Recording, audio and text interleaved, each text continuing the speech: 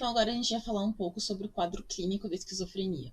Como a gente sabe, a esquizofrenia ela é uma doença crônica e ela pode progredir em diversas fases, mas a duração e os padrões dessas fases eles podem variar com o tempo. Aqui eu quero apresentar para vocês as fases da esquizofrenia.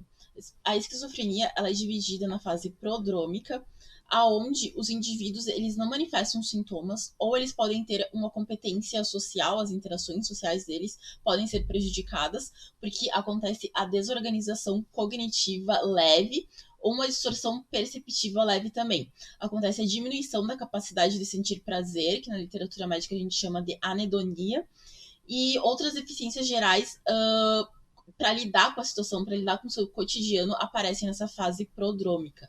Já na fase prodrômica avançada, pode surgir os sintomas subclínicos, que a gente entende como aqueles que englobam o afastamento do paciente da sua vida, do seu círculo de amizade, círculo familiar, enfim, porque é nessa fase que acontece o isolamento, a irritabilidade, a desconfiança, os pensamentos incomuns, as distorções perceptivas, que é aí que tem o início, as alucinações, e muita desorganização eles aparece na vida do paciente. Já na fase precoce da psicose, os sintomas eles são ativos e eles tendem a piorar no decorrer da vida do paciente. Já na fase intermediária, os períodos sintomáticos eles podem ser episódicos ou eles podem ser contínuos também. No entanto, se eles são contínuos, os déficits funcionais eles tendem a aparecer de uma maneira extremamente exacerbada na vida do indivíduo.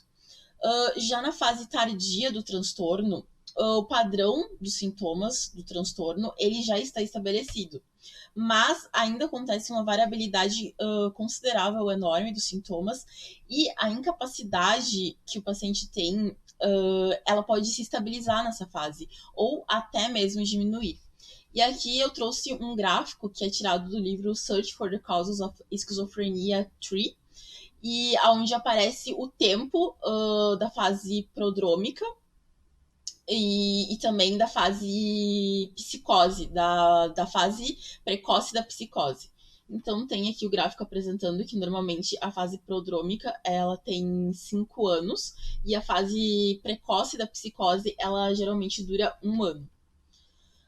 Agora eu quero falar um pouco para vocês sobre a classificação dos sintomas da esquizofrenia.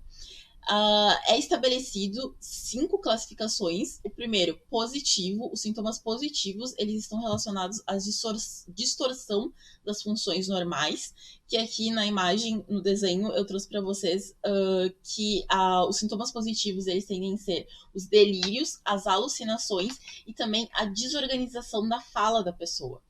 Já nos sintomas negativos, acontece a diminuição ou a perda das funções normais de afeto, que acontece o flattened effect, que traduzindo seria o embotamento emocional, onde a pessoa não consegue expressar suas emoções, não consegue demonstrar.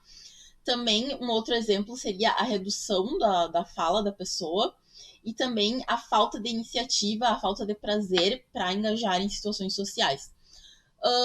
Então, os sintomas negativos, diminuição ou perda das funções normais de afeto. Já a terceira classificação são sintomas desorganizados, aonde apresenta o transtorno de pensamento e o comportamento bizarro, que já é apresentado nessa fase. A classificação, a outra classificação, a última dos sintomas, seria os cognitivos, que aonde apresenta-se os déficits no processamento de informações e na resolução de problemas, que aí estaria incluso o déficit na função executiva do paciente.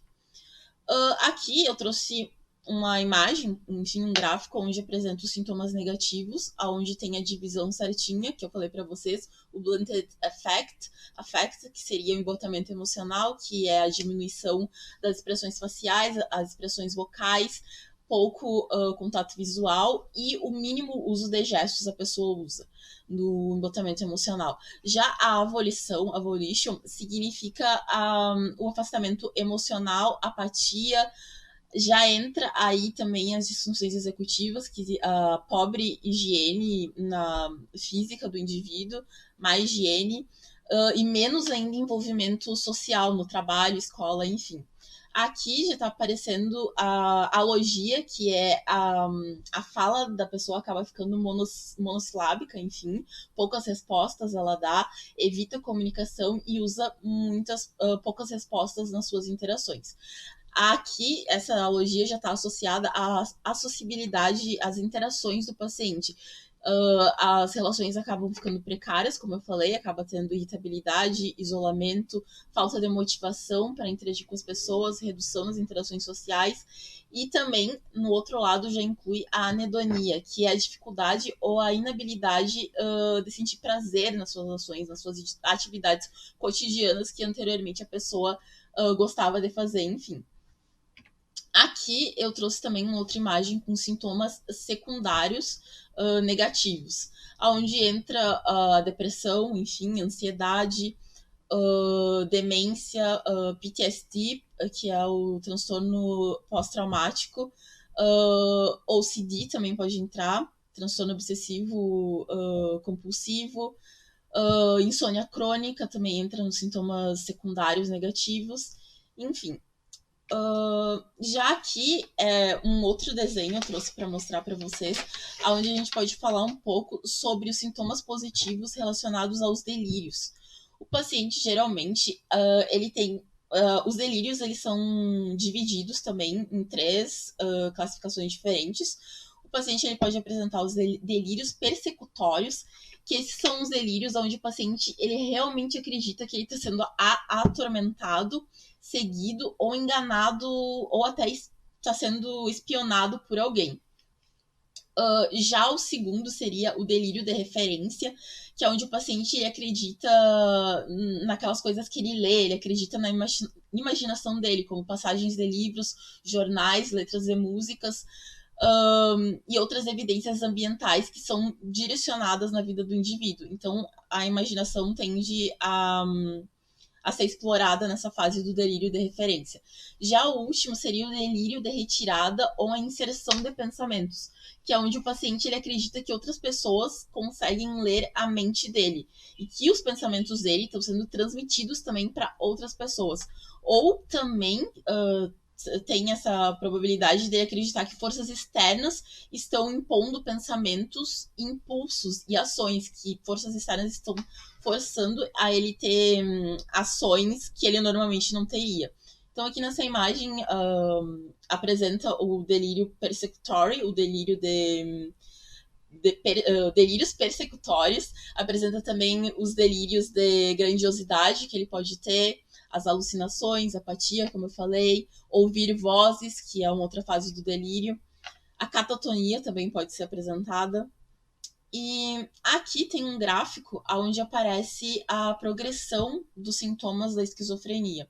E a gente pode ver que no decorrer da doença, na vida do paciente, os sintomas negativos eles tendem a crescer, tendem a piorar, e os sintomas positivos eles tendem a diminuir, como a gente está vendo aqui nesse gráfico. Agora eu preciso falar um pouco para vocês também sobre os subtipos da esquizofrenia. A esquizofrenia ela é apresentada com um subtipo com déficit, que os pacientes eles possuem sintomas negativos proeminentes os sintomas eles tendem, os quais eles não são explicados por outros fatores, que aí incluiria a depressão, ansiedade, ambiente sem estimulação, efeitos adversos farmacológicos, efeitos adversos farmacológicos podem ser apresentados, que é incluído nesse subtipo com déficit. Já o subtipo sem déficit, ele inclui os sintomas positivos, que seria delírios, alucinações, distúrbios do pensamento, mas nesse subtipo são indivíduos relativamente sem sintomas negativos. Então, como eu falei, subtipo sem déficit é apresentado de maneira geral os pacientes apenas com sintomas positivos. Então, seria isso sobre o quadro clínico.